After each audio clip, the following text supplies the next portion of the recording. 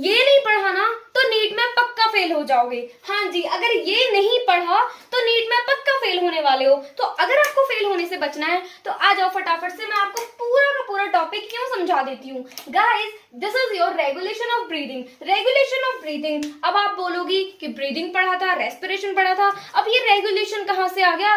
तो भाई इसको कोई रेगुलेट भी तो करवा रहा होगा ना। जो आप इंस्पिरेशन कर रहे हो, एक्सप्रेशन कर रहे हो, उसको भी तो कोई ना कोई बोल रहा होगा कि तू कर। तो पहली लाइन आपकी आती है यहाँ पे नर्वस सिस्टम। नर्वस सिस्टम में जब भी नर्वस सिस्टम की बात आती है, हमारे ब्रेन दादा को हमें याद आ जाते हैं, यानी कि उनका तीसरा वाला पार्ट है हिंड ब्रेन, यानी कि पीछे वाला दिमाग हमारा। सो मैं आपको बता देती हूँ, इसमें 2 टाइप्स होते हैं, pons and medulla oblongata. Pons and medulla oblongata आपके हिंड ब्रेन के ही 2 पार्ट्स होते हैं, जो कि जो पॉन्स होता है वो न्यूमेटॉक्सिक पार्ट होता है आपका, जो कुछ नहीं करवा रहा, सिर्फ चीजों को रुकवा रहा है कि भाई तू रुक जा, अब इंस्पिरेशन मत कर, यानी कि स्टॉप इंस्पिरेशन। इंस्पिरेशन को रुकवा रहा है। इंस्पिरेशन क्या है?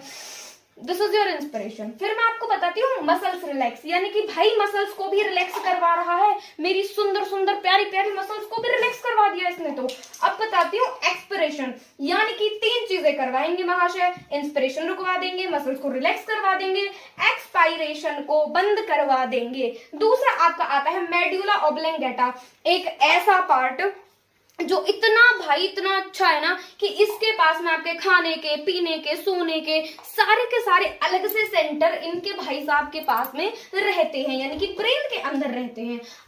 अब यार ये आरसीसी क्या लिख दिया?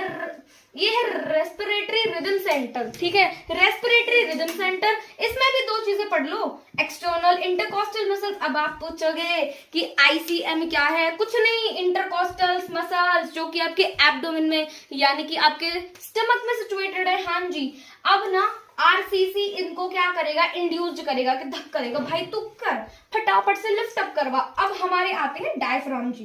डायफ्राम ना कुछ इस टाइप का होता है, डोम शेप का होता है, ठीक है, यानी कि जब आपका डायफ्राम इस कंडीशन में आता है, this condition is called relax and this condition is called contract, ठीक है, कॉन्ट्रैक्ट एंड रिलैक्स।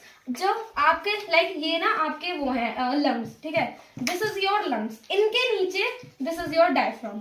अब जब ये डायफ्राम क्या होगा ना, जब आप इंस्पिरेशन करोगे तो इसको दिक्कत, मतलब ये प्रेस होगा तो इसका मतलब ये लिफ्ट अप होना शुरू कर देंगे, ऊपर नीचे होना शुरू कर देते हैं, जिसको आप बोल देते हो इंस्पिरेशन। यानी कि जब मैं सांस लेती हूं तो मेरा डायफ्राम ऊपर आ जाता है, जो मेरी आईसीएम यानी कि